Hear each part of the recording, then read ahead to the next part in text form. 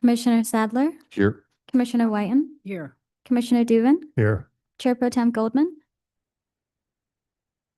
Chair Pro Tem Goldman is actually absent. Chair Kellenberg. Here. Okay, we are called to order. We're just going to take an item a little bit off agenda. We recently learned that one of the very long-standing members of the Planning Commission, Ann Johnson, passed yesterday.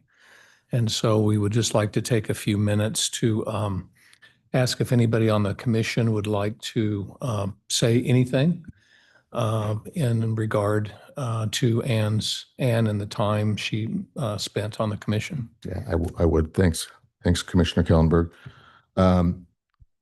Ann Johnson was the person who initially encouraged me to apply to the Planning Commission when I was on the Design Review Board, and I did apply. And after I got on the Planning Commission, Ann turned out to be a great mentor to me. She had been on the Planning Commission for a pretty long time at that point, and so she knew all the ins and outs of how the city operates, and she was just so very helpful, and ended up becoming a really great friend. And she was just a very intelligent person, very highly educated, just had a quick wit and a sharp tongue at times, and just really enjoyed working with her. She was, probably the longest term serving planning commissioner that the city has ever had. We were trying to figure out exactly the number of years, but it was probably around 21 or 22 years. And so she really dedicated a good portion of her life to this city. And really hard to say enough about it. And, condolences to her husband, Marv, and the rest of the family. We'll miss her. Yeah, I'd like to say a few things.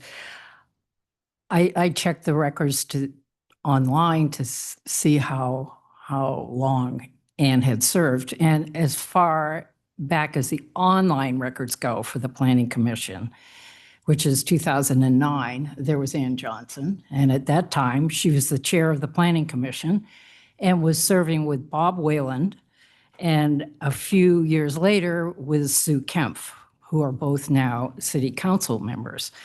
And it's only 4 years ago that Ann was sitting up here with Commissioner Sadler, me, Commissioner Dubin, and Goldman.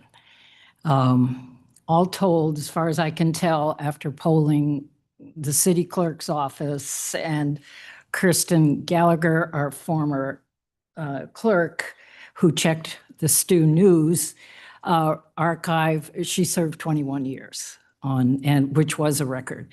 She was a mentor to many of us and an advocate, a strong advocate for city residents.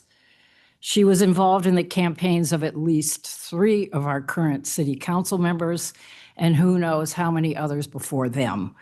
An old school politician, she loved being part of the action, and she was always right in the midst of it. She helped found what became Laguna Beach Institutions and became an institution herself. Ann was feisty and fun, a one-of-a-kind character, and I will miss her. Well, I can't top what both of you have said, because I was kind of new in 2018 when I got on the Planning Commission, and I was fortunate to get to sit next to her during her, the 2 or 3 years she remained on the Planning Commission. And, she was always handing me little notes and kicking me under the table if I was left my mic on, and that kind of stuff, to remind me, to keep my mouth shut when it was somebody was maybe saying some unkind things about us up here. And she just was a great person to my early time on the Planning Commission to, as you say, be mentored a little bit and also, cautioned about certain things and what not to say and, all those kind of things. And I just found her to be a very delightful human being to be around. She, we developed I wouldn't say we were close friends, but certainly saw her outside of the Planning Commission when she decided not to continue on with her role there. And that moment kind of came as a surprise to all of us, when she decided that she was not going to put her name in again for another term on the Planning Commission. But I just found her to be a wonderful, straightforward, authentic human being, and got to spend a little time with her outside of the Planning Commission environment, and her and her husband, and we just learned that she's no longer with us, but she will always be with us. I think she's that has that kind of impact on people, and she won't be forgotten. And she's certainly served the community for many years, and was very involved, and just no nonsense, just said what was on her mind, and you knew you were getting the straight stuff out of Ann. So anyways, condolences absolutely to her family, and know that she'll always be part of this community. Thank you. Ann's contributions will certainly be long remembered and appreciated. On that note, we will move on our agenda. The first thing up will be the opportunity for anybody in the public to make comments on any items that are not on the agenda tonight. Is there anybody? If not, then we will close the public hearing on that item. The next item is the consent calendar. We have 3 items on the consent calendar. 2 of them are minutes. Would anybody like to pull forward either of the 2 minutes on the consent calendar? Anybody on the Planning Commission? Yes, The minutes? yes. Okay. Which minutes would you like? 5.2. Okay. And my comment is, the minutes state that Commissioner Whiten does not agree with the color of the brick. And that's not exactly accurate. The clarification would be Commissioner Whiten does not agree with painting the brick. Any other suggested refinements to the minutes? 4.2. 4.3, I think we are going to pull to discuss. And Let's make a motion on 4.1 and 4.2. okay, do we have a motion on 4.1 and I'll move the approval of 4.1 and 4.2 with the suggested revisions to item 4.2. Second. can we have a call? Commissioner Sadler, Yes. Commissioner Whiten, Yes, Commissioner Dubin, Yes. Chair Kellenberg. Yes. Okay, in as much as we're going to pull forward 4.3, I'm going to have to recuse myself as I was recused on this item previously. So we'll hand it over to take it over. Okay. Item 4.3, Anthony? Yes, thank you, Commissioner Sadler. I wanted to inform the Planning Commission as well as members of the public that late this afternoon, staff posted a revised resolution to the meeting agenda. The commissioners also received hard copies of the strike-through underline changes that staff is proposing to more accurately reflect the Planning Commission's motion at the August 20th hearing when this matter was last considered.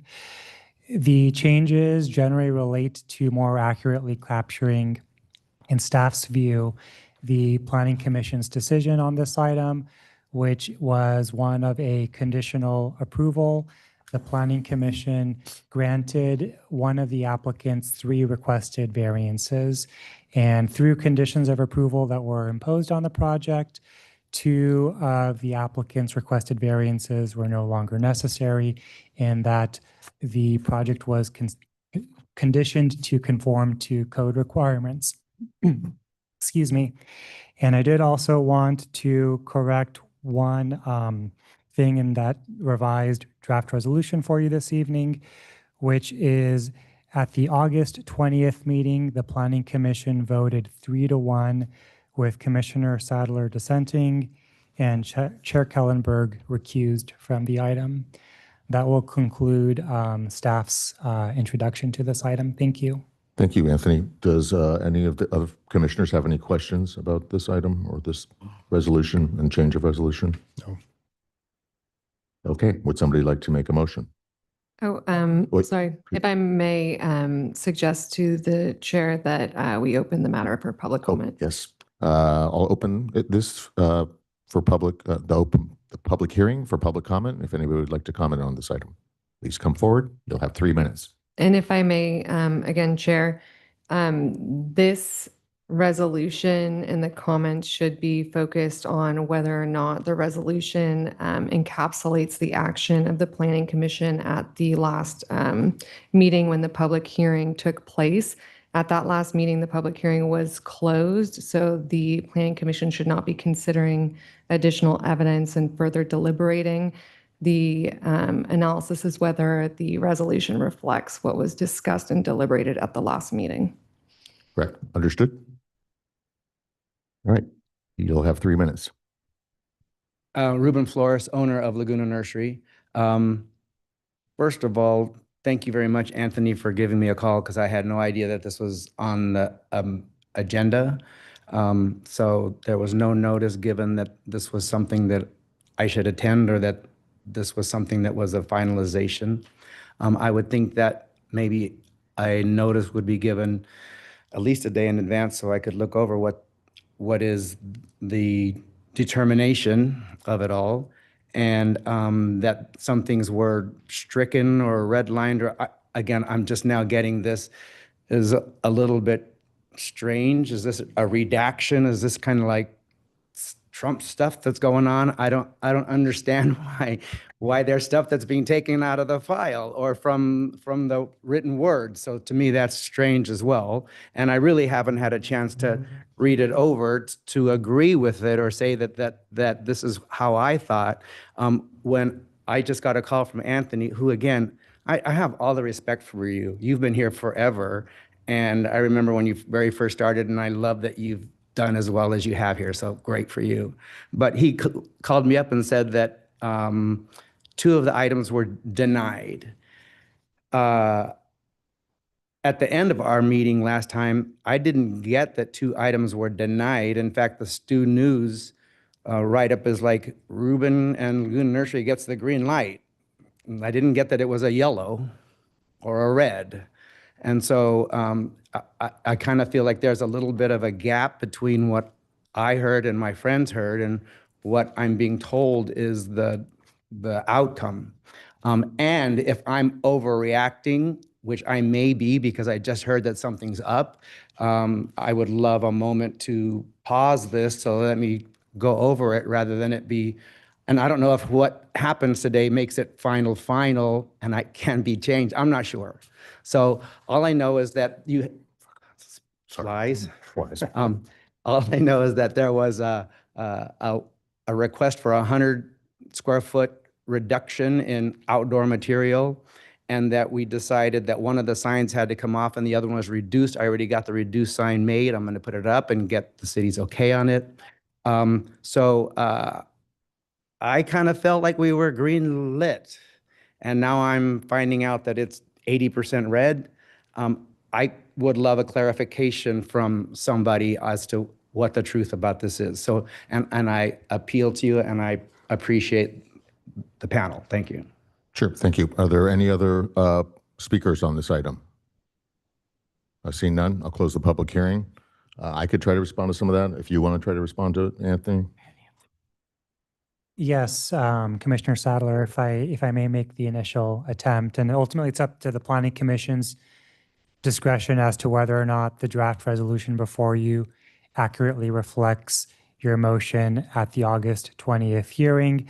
The reason why the draft resolution is before you tonight and why the project has returned to you for this discussion tonight is that the draft resolution that staff had presented at the August 20th meeting did not include any findings to grant 1, 2, or 3 variances. Staff, in its recommendation to you prior to that meeting, in the staff report, recommended that the Planning Commission not grant the requested variances. And that discussion was had at the last meeting. I won't revisit that here. But the draft resolution before you tonight includes new variance findings for the reason that the Planning Commission took a different position, which was that one of the 3 requested variances could be granted. And therefore, as City Attorney Jane Abzug mentioned, the discussion this evening should be focused on whether or not the draft resolution before you with the revisions posted to the agenda this afternoon accurately capture your decision-making at that August 20th meeting with the conditions of approval that are in your resolution. The applicant only needs one of the 3 requested variances. And so that's an important distinction and perhaps merits some elaboration. At the last meeting, the Planning Commission imposed certain conditions of approval, some as recommended by staff, others added by the Planning Commission during the hearing. There was a condition imposed that would require removal of, I believe it was wall sign number 5 as identified on the sign plans. And with the removal of that sign, the applicant was no longer exceeding the maximum number of total allowable wall signs for the site, which is restricted to 3 per the city's sign regulations. However, with respect to the sign permit application, even with that removal and with the conditions of approval imposed by the commission, the total calculated wall sign area does exceed the total allowable sign area for this site. And the Planning Commission found that that variance could be granted, and therefore your draft resolution before you this evening includes those findings for granting that specific variance. The conditions of approval imposed by the commission would require reducing the outdoor display area such that the project becomes compliant with the city's parking regulations, and therefore a parking variance is not needed in this case. And that was staff's understanding of the Planning Commission's decision, and that's what is reflected in your staff report and resolution this evening. I agree with that, and that's my recollection. And, to try to explain it in a kind of simpler fashion was the initial staff report and the initial staff recommendation was that they couldn't make the findings for any of the variances. So the resolution that accompanied our staff report that night did not reflect the ultimate action that the Planning Commission took. So the resolution had to be rewritten, has to come back to us to take a look at it again and decide whether or not it accurately reflects our action that night. I asked, a couple questions myself about it because it is, a little bit of an uncommon situation. And I asked, how do I vote on it this evening? Because I did not make the findings for the variance, and so I did not vote to approve it. So therefore, because I took that action that night, tonight, about this resolution, I also will be voting no on it because of that reason. So hopefully that helps explain it to you. Again, you initially came in with a request for 3 variances. By what you agreed to and the discussions of the Planning Commission, 2 of those variances were no longer required, and we got it boiled down to 1 variance request for exceeding the maximum sign area, and that's the way it was left. And so Yeah, that's accurate, and I supported that variance because it was an unusual configuration of the building, which encumbered you. And I was able to support their variance. I'd also point out that in the meeting, we did discuss that this would come back to us as a consent item at our next Planning Commission, which is right now. So you may have been sort of caught up in other things, I'm sure, but that is on the record that it would be back here tonight. What we did see only late this afternoon was the clarification language, which I think is a huge improvement and is good for you, makes it easier to enforce for the city, and so I wouldn't be conspiratorial about it. Any comments? Commissioner Dubin? No, I concur with everything that's said because I remember that we dealt with 2 of the 3 variances so that they weren't required and that the project would be in compliance. The third one was about the original Laguna Nursery sign that you wanted to relocate out front. And because it exceeded the maximum square footage on that, we discussed that at that meeting, at the last meeting. And because of the unusual nature of the structure itself, we felt that at least 3 of the 4 of us felt that we could grant that variance to allow that signage to remain out front. So I hope that, I think between what everybody said, you should have full clarity on that. And there's no 80% red or any of that stuff going on. So that was what happened at the last meeting. And I think everybody's explained it fairly clearly. So you should understand that now. Great. And for the record to reflect, the applicant has acknowledged and agreed. Yes. Okay. Would somebody like to make a motion? I will move that the Planning Commission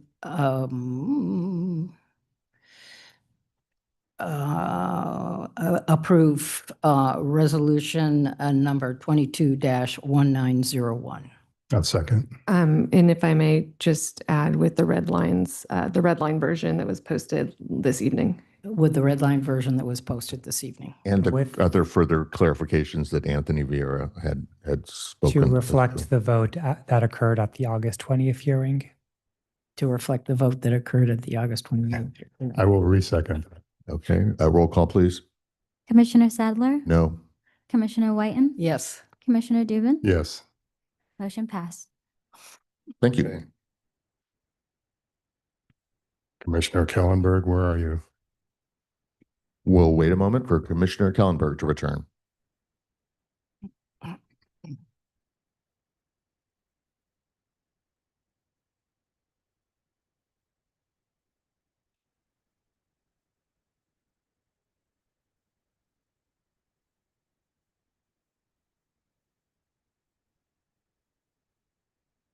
So are we ready for 5.1? We are. Okay. The next item is 5.1, conditional use permit 25-0565. So if we could have staff give us a little bit of an update on that, that'd be great. Thank you, Chair Kellenberg. Tonight with us for the first time is one of our newer associate planners, Sammy Montalto. She's been a great addition to the team, and it's my pleasure to have her here before you to present this item. With that, I'll turn it over to Sammy for the presentation. Welcome, Sammy.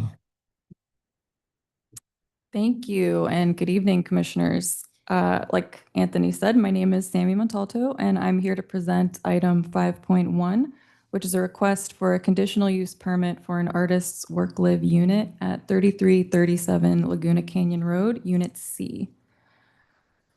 The project site is located on Laguna Canyon Road and accessed off of Raquel Road. It is within the M-1B Light Industrial Zone in the Laguna Canyon Annexation Area Specific Plan. 3337 Laguna Canyon Road contains 4 separate units that were condominiumized in 1994. The Planning Commission approved a conditional use permit in 1996 to establish and operate 4 artists' work-live units. However, this permit lapsed 2 years later because no artist work-live units were established within that 2-year period. Later on, in 2017 and then 2018, units D and B acquired conditional use permits to reestablish them as work-live units. The applicant, Kathleen Clark, purchased Unit C in 2001. She also owns her photography business, Kathleen Clark Photography, and has an active business license with the city. She has also received approval from the Planning Commission for a sign permit in 2006. The layout of Unit C is similar to the floor plans of the other units in the building. The first floor is primarily used as the workspace, pictured here on the left, and the upper floor is proposed as the residential level with a studio floor plan. This photo in the center is taken from the kitchen and shows what will be the living area and the door to the full bathroom. And the small photo on the right also shows the living area and the kitchen. Should the Planning Commission approve the CUP, the Arts Commission will need to approve an artist's occupancy permit application for any future tenants. It is staff's understanding that the applicant intends to apply for an artist's occupancy permit. The Arts Commission will ensure that the types of artwork produced in the space will be consistent and compatible within the underlying zone, and any future tenants will need to meet performance standards applicable to artist work-live units, including noise, odor, smoke, dust, and dirt. In conclusion, staff finds that the proposed artist work-live unit is consistent with municipal code requirements and the applicable criteria for conditional use permits and artist work-live units. Staff recommends the Planning Commission conduct a public hearing and by motion adopt the attached resolution approving conditional use permit 25-0565 and finding said action exempt from CEQA. And that concludes my presentation. I'm available for any questions. Thank you. Does the commission have any questions of Sammy? Yeah, I've got a couple. These three are related. Has to do with the CUP on page 5, number 1. There's limitations on artist use, and basically all three of these are sort of in that same vein in terms of what can and can not be allowed to be done there. And I know it's the M1B zone is very much like the M1A zone in that it's a light industrial zone that allows for all kinds of light industrial uses. And yet in this case, it seems like, I don't know if that's a city policy to make a determination as to, what can be done in these spaces. And I'm just wondering how and who, and how do you define that and who oversees that? Because it's my understanding of the zone is that it should be allowed all kinds of light industrial use out there. So as I understand it, Anthony can help me out on this one. That's why we're sitting in front of you tonight asking for a conditional use permit, because it is an artist work-live unit is allowed with a conditional use permit, but it's not an as a by right use allowed in the M-1B industrial zone. Thank you, Sammy. And just to expand on that response, Sammy is correct that the application before you this evening is to authorize the use of this commercial condominium for artist work-live purposes. This application does not also include the request for the artist occupancy permit, which falls under the purview of the Arts Commission. There is a provision in the artist work-live ordinance that states as follows: the types of artworks produced in an artist's working and living unit shall be consistent in use and compatible with the requirements of the allowable zone in which the artist's working and living unit is located.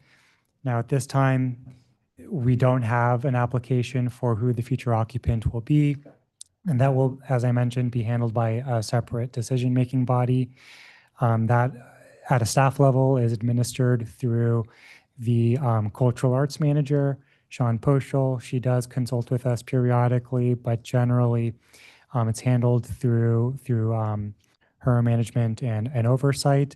If there are questions as to whether or not a particular artist use, the production of artwork on a site might be, there are questions about compatibility with what's allowed in the zone, we might be asked to provide an opinion, but ultimately it's a decision by the Arts Commission whether or not to grant that permit. I'm just concerned that there's in the M1A and I'll just focus on the M1B zone that somebody is making a determination as to what types of art can be produced in that zone, which, my understanding of both M1A and M1B is that it's light industrial, which it seems like that should be more inclusive of all kinds of artistic processes. So I'm wondering how, who determines for each, whether it's a complex or a condoized commercial building, or like who's deciding, like, if somebody wanted to have a glass blowing studio in there, would they say, no, you can't do that? It's light industrial, so it seems like that type of use should be allowed there. Are you saying it's on a case-by-case basis? So should Kathleen sell her unit, the next artist would need to come back, would also have to be approved by the Arts Commission. That is correct. Also, in the scenario where this applicant retains ownership but chooses to lease the condo to a tenant, I would agree with what Commissioner Dubin mentioned, that in this particular zone, given that it is a light industrial zone, you would expect a broader range of art production activities that would be acceptable in the zone than you might otherwise be permitted to do in, say, the C1 local business district, which does not allow for light industrial uses. Here, I can't think of any specific art production that would occur that staff would deem inconsistent. And I can't say I've encountered something in this particular zone that staff took the position that it was inconsistent with the allowable uses in the zone. But ultimately, we do need to check for zoning code compliance. But yes, the expectation from staff's point of view is that a rather broad range of allowable uses are permitted, since this is a more intensive industrial zone in the city when compared to other non-residential zones. Okay. I'll keep my comments for later. Any other questions? No. Okay, we will now open the public. Disclosures. Oh, are there any disclosures? I spoke with the applicant. Okay. No. Okay. No. We'll now open the public hearing. Is there an applicant in the room that would like to speak to this? Yeah, please step up. Yes. You have 3 minutes to. Hi, I'm Katie Clark. I've been here for 25 years. I've owned this space for 25 years.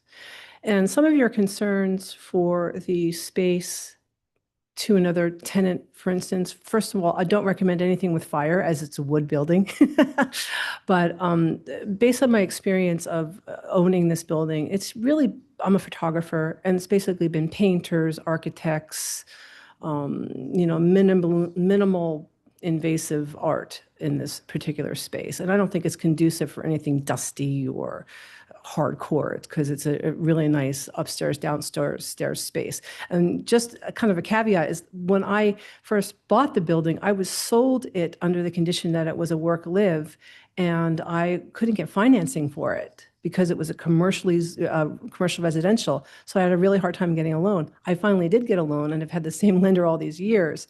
So it was originally sold to me as that. And then somewhere along the way, no one really even realized that these permits had expired. So that's why when these two other units had sold, this is why they went through and bought these, came to you through the process for the conditional use permit. And so it's been a long time coming that I need to do this as well, because I would like to make it an artist work live unit. I did reach out to Sean Polschel because I know her in the beginning, and I did apply. I did the whole application. I gave my resume. I got my letters of recommendation as an artist. I've been an artist for 25 years in town, and she told me that I had to come to you first. So that's why I'm here, because I didn't even realize that I had to get this permit. So that's just kind of a little bit history for me. And I plan on occupying the unit myself. So at this point, that is my intention. So it's been used as an office. And so now just looking into maybe using the upstairs as a workspace, as a living space. And there was a kitchen in there that I took out to make it into an office. So it's been an office all these years.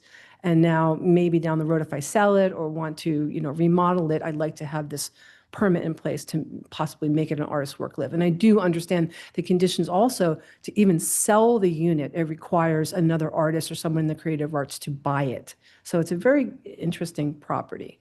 Okay, thank you. Any questions to the applicant? So you're saying it's deed restricted to artists only? This is what they say. Yeah, well, I'm very familiar with the building. I've been in Yeah. most of the units, and And Rourke is there, and yeah, and I know when it was built, I think it was built with the intention of it being artist live work. So anyways, I don't really have any further questions. Okay. All right. Any other questions? Okay, thank you. Thank you. Is there anybody in the audience that would like to speak on this topic? If not, we'll close the public hearing and have commissioner discussion. Well, I'm a huge proponent of artist live workspaces everywhere in Laguna as much as possible where it's allowed. My only concerns is, as I read through the staff report, is that there are some restrictions being placed on this property, and I understand why. I mean, I've been in the building and I watched it being built, so I'm very familiar with it. But I was, and I live in the canyon as well, so I get a little nervous when I start seeing some what I would consider rather arbitrary restrictions on the creative process that artists go through and need space to do that. So, I get it.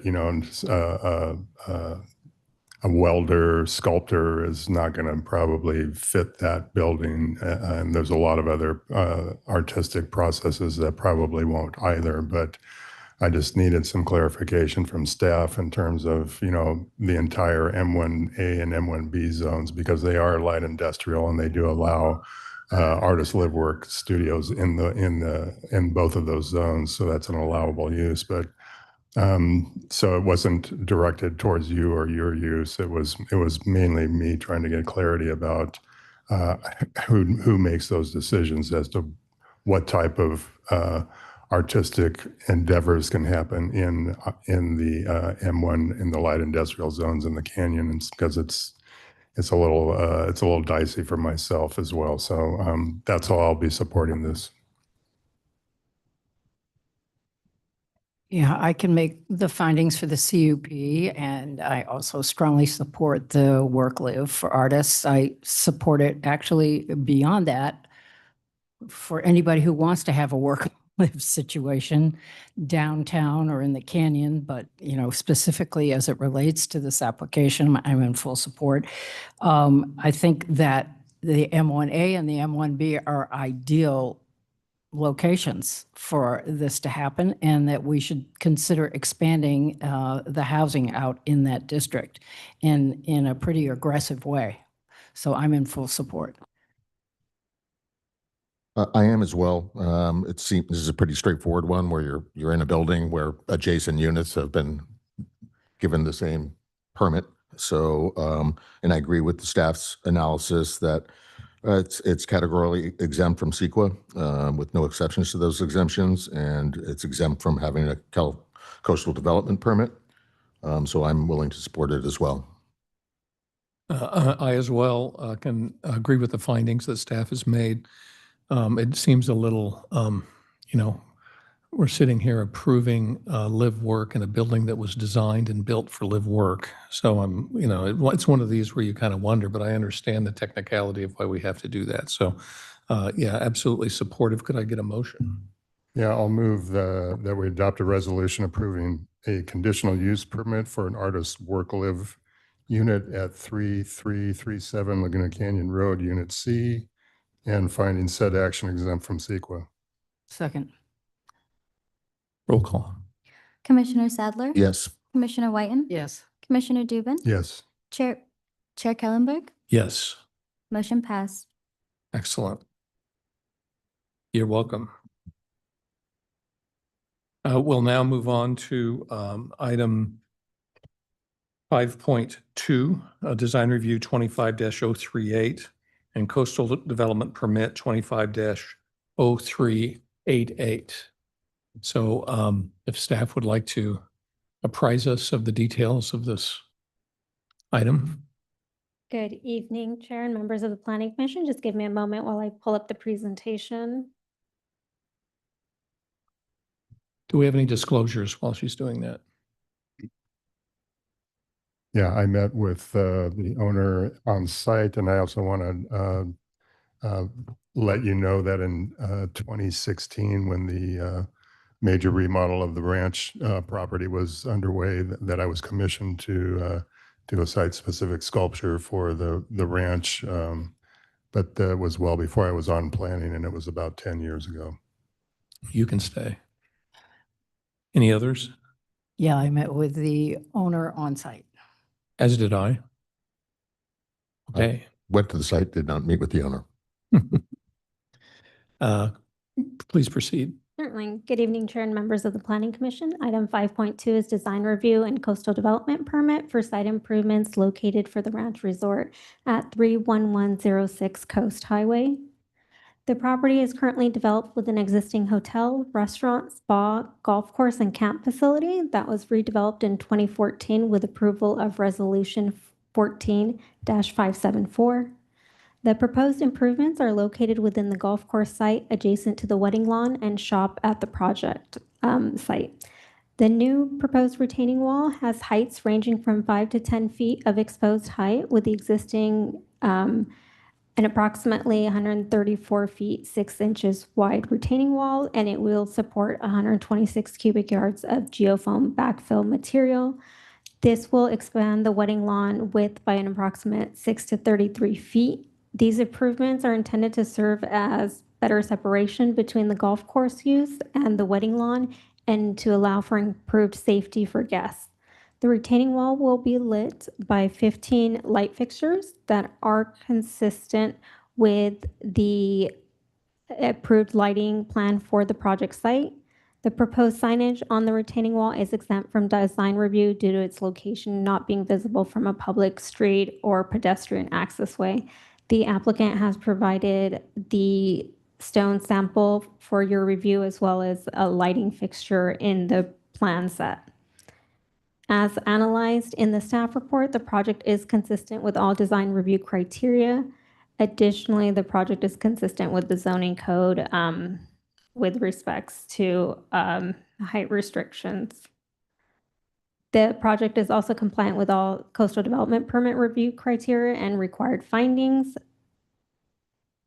And finally, the project is compliant with all applicable policies in the city's general plan and local coastal program.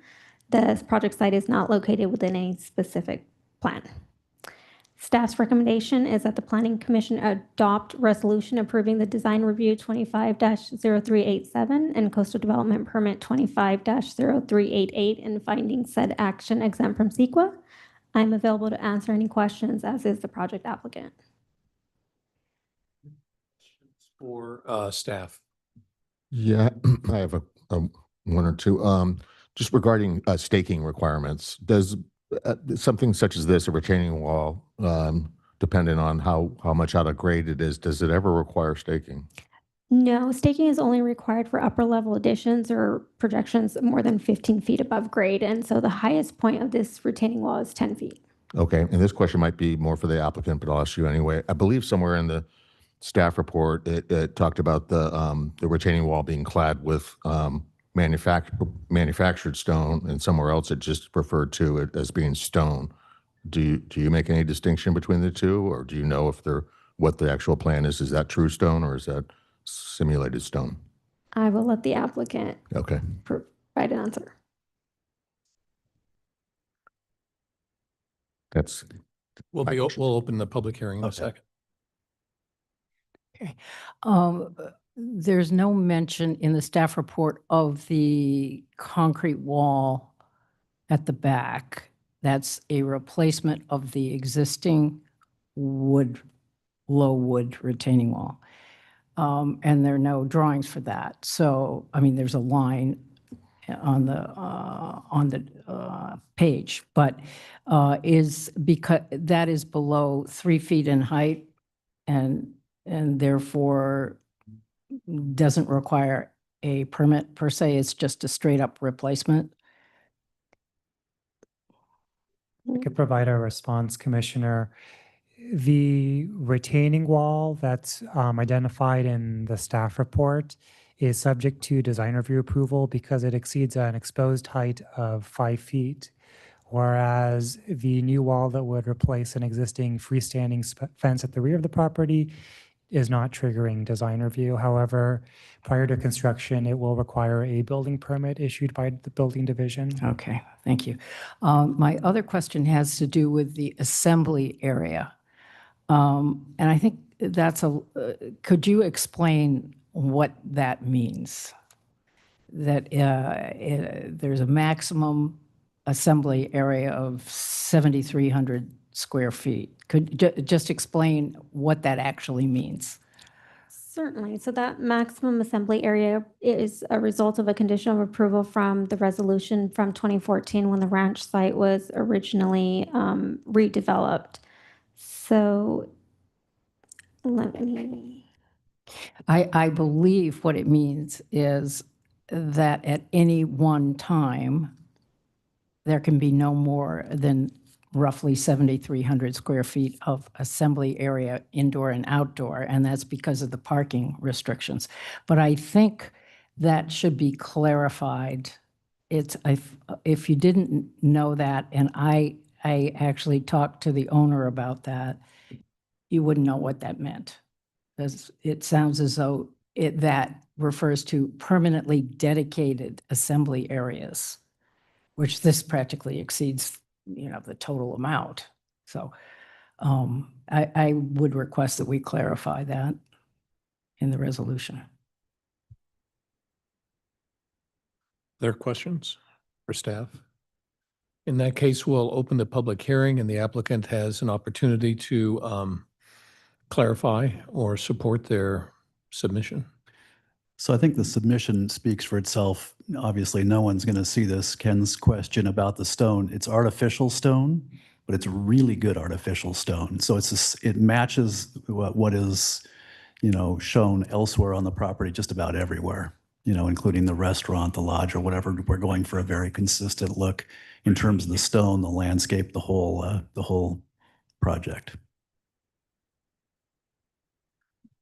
Any questions for the applicant? I was looking in the staff report, and it did mention the Art in Public Places program again. And I was curious because it seemed like the project doesn't exceed the amount that where it automatically falls into the program. But do you have any plans for that, or? Do you want to make this of quartz and steel? No. I don't think it was requested of us. We haven't addressed it in any fashion. I don't know what the threshold is. I would defer to the planning staff on this, but I've got to believe we're well below any threshold. I would think so too, which is why I was surprised to see it in there. But maybe staff can, if it's okay, Chair, for staff to clarify that. Yes, please. Yes, thank you, Chair. For a commercial remodel project, the cost threshold is, I believe, $225,000 in valuation, and construction valuation, final determination is made during the building plan check process. But the applicant likely has an estimate and can let you know if they are expecting to trigger the Art in Public Places requirement this evening. Okay. I have actually a question of the applicant. On the plan, there are 15 lights shown lighting the wall. Right. Lights at 15 at 10 feet on center. Are you open to reducing the number of those lights? So when we talked earlier, 15 seemed like a lot, but 10 feet on center isn't really extreme. And if you've ever walked around the ranch at night, the lights we're using are consistent with what's elsewhere. And elsewhere on the property, it is just enough to light the landscaping elements, just enough to light the pathways. It's never glaring or obtrusive. In fact, in most areas of the property, as you're walking around the landscaped areas, you don't even see the source of the light. It's just a very soft wash.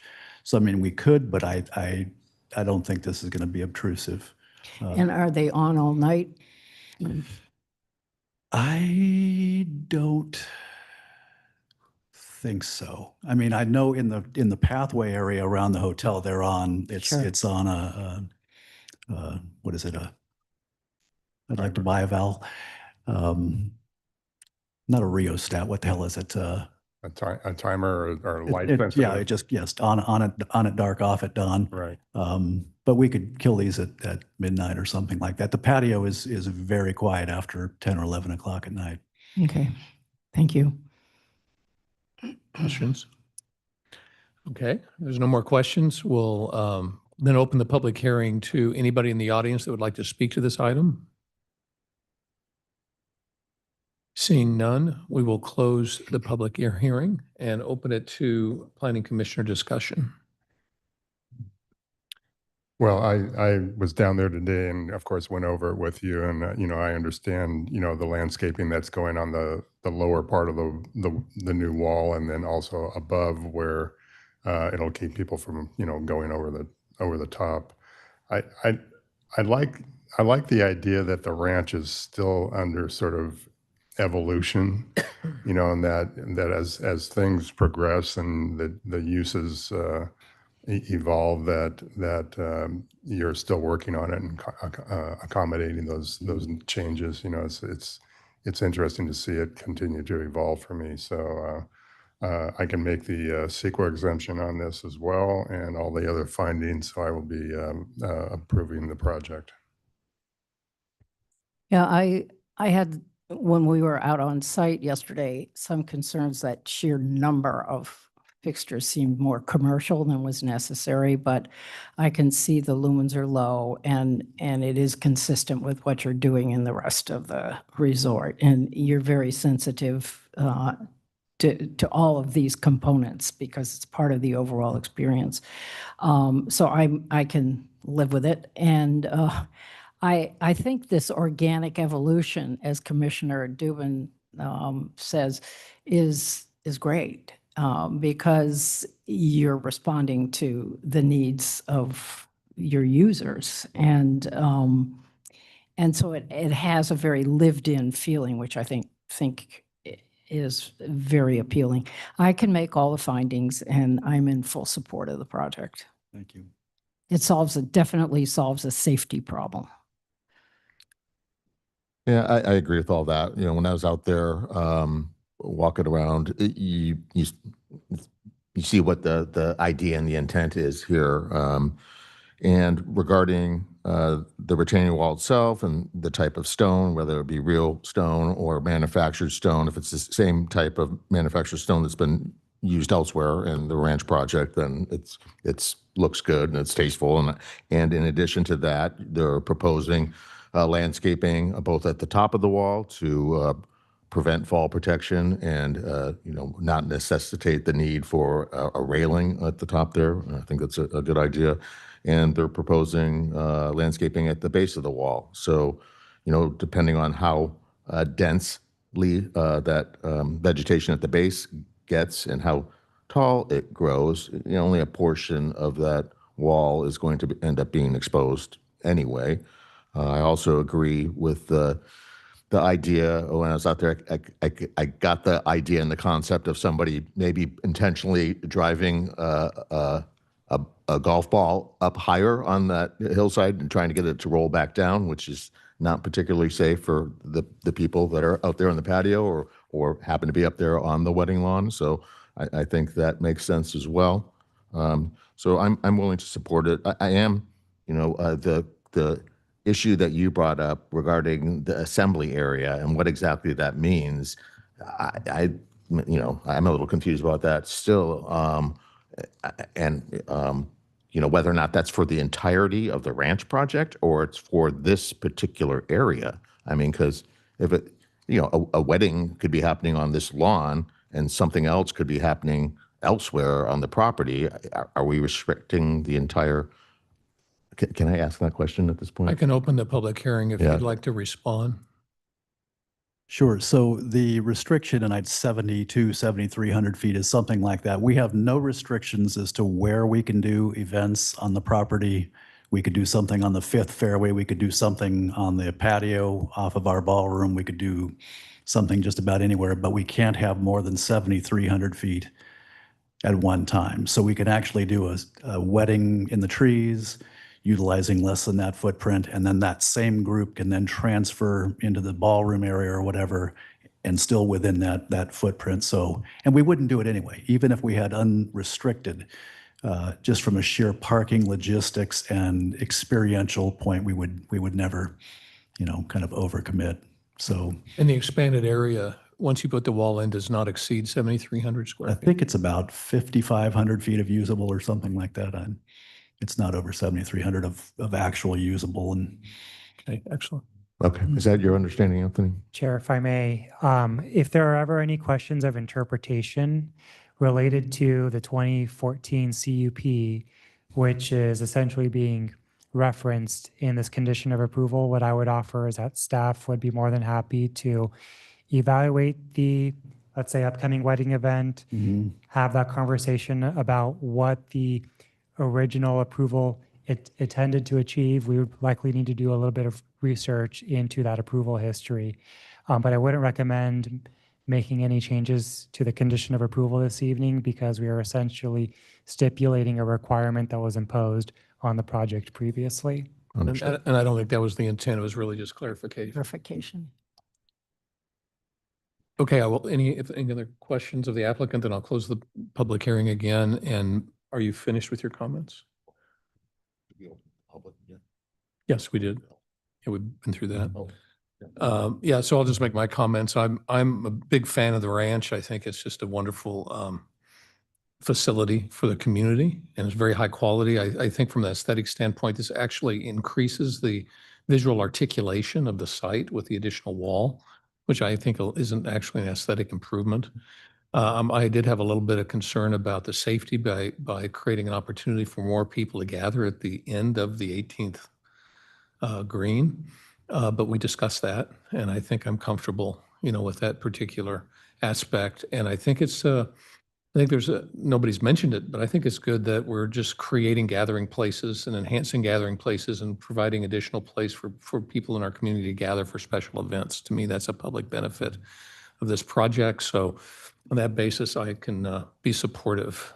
Would somebody like to make a motion?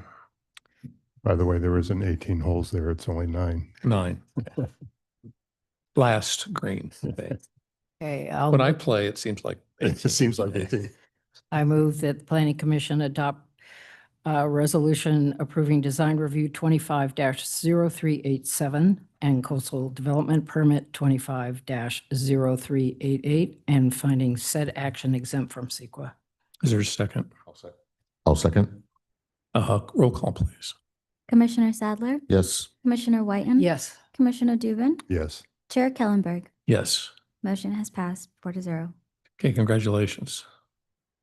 Okay, we're moving on to agenda item number 6, which is other business. Does the staff have other business for us? There is no other business this evening, Chair. Item number 7 is committee, commissioners, and staff reports. Do any of the commissioners have a report they would like to make? On that basis, then, if we have no other items, I would request a motion to adjourn to our next meeting, which is? And that would be on September 17th, 2025. I move that the Planning Commission adjourn to its next regular scheduled meeting of September 17th, 2025. Second. Vote. Commissioner Sadler, Yes. Commissioner Whiten, Yes. Commissioner Dubin, Yes. Chair Kellenberg. Yes, meeting is adjourned.